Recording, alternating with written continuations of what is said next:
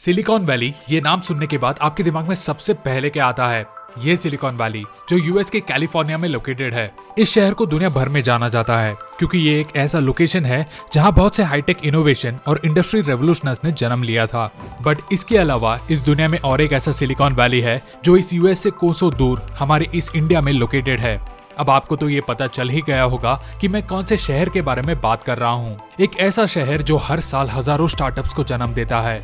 एक ऐसा शहर जो सच में पोटेंशियल रखता है to rival the original Silicon Valley of the West. जी हाँ, सही पकड़ा आपने। मैं बात कर रहा हूँ इंडिया के मेजॉरिटी आईटी प्रोफाइल एम्प्लॉयज का ड्रीम सिटी बेंगलुरु के बारे में। This city is widely regarded as the silicon city of India. ये एक ऐसा लोकेशन है filled with the most advanced technological firms, research facilities, educational systems और एक ऐसा सिटी जहां इंडिया के वेल्दी 1% लोग रहना पसंद करेंगे। बट वो चीज जो इस शहर को इंडिया का सिलिकॉन वैली का टाइटल दिया तो वो था इस शहर का आईटी सेक्टर का इन्फ्लुएंस। ये शहर पूरे देश में लीडिंग में है when it comes to hosting IT field और India's most important industries and the global giants. So आखिर कैसे ये शहर बना इंडिया का सबसे बड़ा स्टार्टअप टेक्नोलॉजीज और इनोवेशन का हब? और क्या सच में बेंगलुरु यूएस के सिलिकॉन वैली को टक्कर दे सकता है? हम जानेंगे इस वीडियो में, तो चैनल को सब्सक्राइब करना ना भूले। दोस्तों 1980s के टाइम में आईटी फील्ड पूरे बूम में था। यूएसए तो मास क्वांटिटी में सेमीकंडक्टर्स मैन्युफैक्चर कर रहे थे to dominate the personal computer segment. Japan ने तभी रिलीज किया था दुनिया का सबसे बड़ा सीडी प्लेयर, और टेक्सास इंस्ट्रूमेंट्स एक मल्टीनेशनल जायंट जो उसके चिप मैन्युफैक्चरिंग के लिए जाना जाता है, उन्होंने इंडिया में अपना पहला ऑफिस बैंगलोर में खोला। और इसे देख दूसरे बड़े हाईटेक कंपनीज ने भी इंडिया में अपना खाता खोला क्योंकि उस वक्त इन कंपनीज को अपना खुद का देश जरा महंगा पड़ने लगा था। And at that time India was one of the very few countries जहां हाई क्वालिटी स्किल अवेलेबल था और कंपैरेटिवली इंडिया का एम्प्लॉयमेंट कॉस्ट भी बहुत कम था। ये डिजिटल रेवोल्यूशन मददगार साबित हुआ था for building Bengaluru to what it is today. But सच में बेंगलुरु इतना दूर कभी नहीं आ पाता where it is now without the support of its excellent governance. उसे तो मानना ही पड़ेगा। उसी 1980s के दशक में गवर्नमेंट ऑफ इंडिया ने देश में नया कंप्यूटर और सॉफ्टवेयर पॉलिसीज इंट्रोड्यूस किए थे in the year 1984। It also was a city जो ऑलरेडी बड़े बड़े पब्लिक सेक्टर कंपनीज को होस्ट कर रहा था, like the Indian telephonic industries, Bharat electronics limited और हिंदुस्तान एरोनॉटिक्स लिमिटेड। और ये बस कुछ ही नाम है जो मैं यहाँ ले रहा हूँ, बट ऐसे बहुत से मशहूर कंपनीज थे इस लिस्ट में। गवर्नमेंट की तरफ से एक स्ट्रॉन्ग सपोर्ट मिलना along with the large companies in the field of innovation ये दिखा दिया कि भाई टेक्निकल कैपेबिलिटीज में तो कोई कमी नहीं है। और जरा डीप में देखे तो हमें ये समझ में आता है कि इस बेंगलुरु को जाना जाता है for having several advanced technological and engineering universities and research institutions.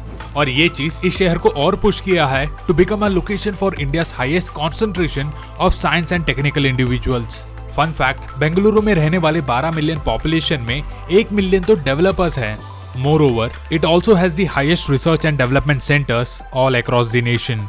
In R&D centres में से कुछ फेमस नाम है Cisco, Rolls Royce, Boeing, general electric, Google and Microsoft. और ये लिस्ट यहाँ खत्म नहीं होता, और भी ऐसे बहुत से नाम है इस लिस्ट में। रिपोर्ट्स के अनुसार इंडिया में किए जाने वाले R&D on an estimate $40 billion तक जाता है, और ये आने वाले सालों में और भी एग्रेसिवली इंक्रीज होगा। बट क्या हमें इसका आइडिया था?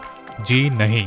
ये सभी फैक्टर्स ने बेंगलुरु को अपना चांस दिया है to become a city more advanced than any other in the nation.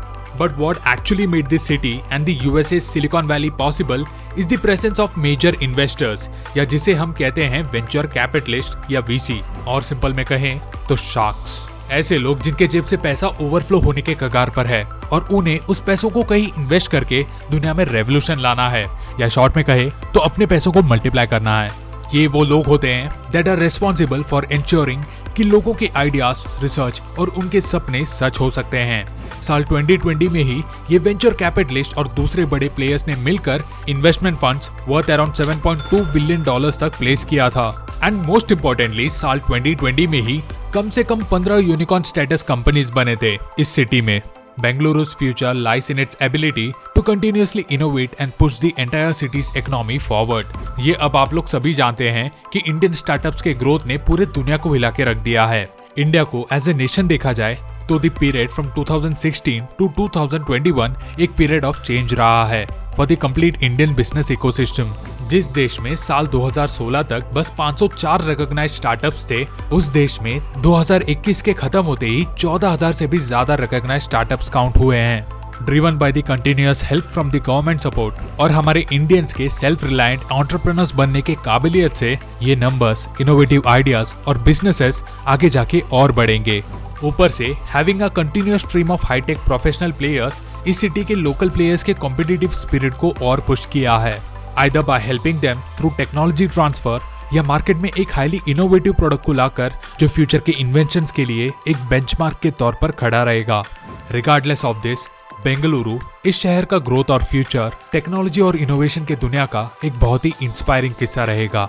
So guys, this was my research on my personal dream city and the Silicon Valley of India, Nammanagara, Bengaluru.